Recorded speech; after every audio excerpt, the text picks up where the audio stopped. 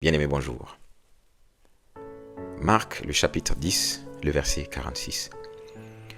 On nous parle de Jésus qui était en train de sortir de Jéricho avec ses disciples et il va passer par un chemin au bord duquel était assis un homme aveugle et mendiant.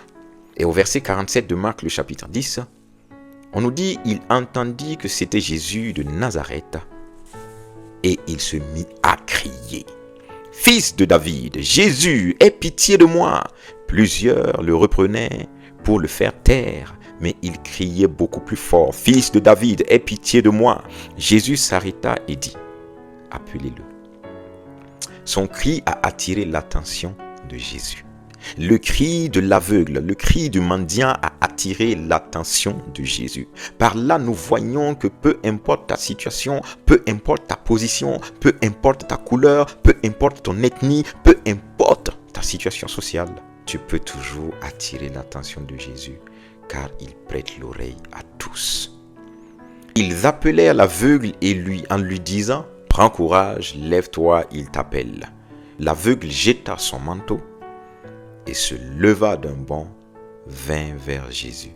Jésus prenant la parole lui dit, « Que veux-tu que je te fasse ?» L'homme le plus puissant, jamais connu, pose la question à cet aveugle, « Que veux-tu que je te fasse ?»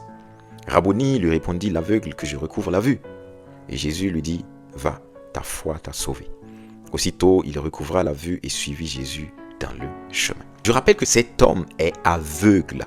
Il est aveugle, mais il n'est pas sourd. Il a passé son temps comme toi, comme moi, à entendre les témoignages des uns, à entendre les témoignages des autres, à entendre des gens qui disent « Jésus a fait ceci, Jésus a fait cela ». Certainement, puisqu'il était à Jéricho, il a entendu qu'un certain nommé Jésus de Nazareth, fils de David, opérait des miracles et des prodiges, qu'il allait même jusqu'à ressusciter des morts. Alors certainement qu'il va se dire, s'il est capable de ressusciter des morts, qu'est-ce qu'ouvrit les yeux d'un aveugle devant lui? Il a passé son temps à attendre.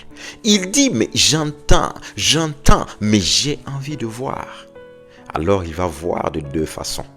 Non seulement il va voir, ses yeux vont s'ouvrir, non seulement ses yeux naturels vont s'ouvrir, mais il va aussi voir ce que Jésus est capable de faire dans sa vie. Alors, il est temps aussi pour toi de prendre la résolution comme cet aveugle et de te décider de crier à Jésus et de lui dire « J'ai entendu tout ce que les uns et les autres ont dit. Gloire à Jésus.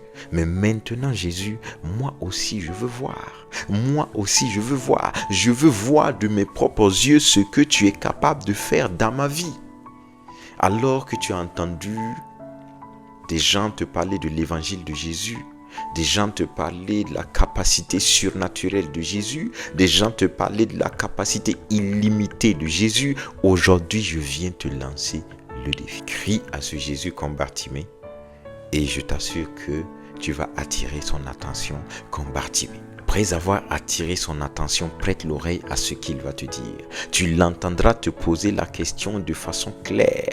Que veux-tu que je te fasse? Et à cette question, tu pourras maintenant lui dire, je veux moi aussi voir de façon claire ce que tu es capable de faire dans ma vie, comme ce que les autres sont en train de dire. Parce que tu ne peux pas passer toute ta vie à entendre des témoignages sans les vivre. Il est temps que tu cries à Dieu et Dieu va te répondre. Alors mon frère, ma soeur, lève-toi, crie à Dieu, il t'entend et je suis sûr qu'il va t'exaucer.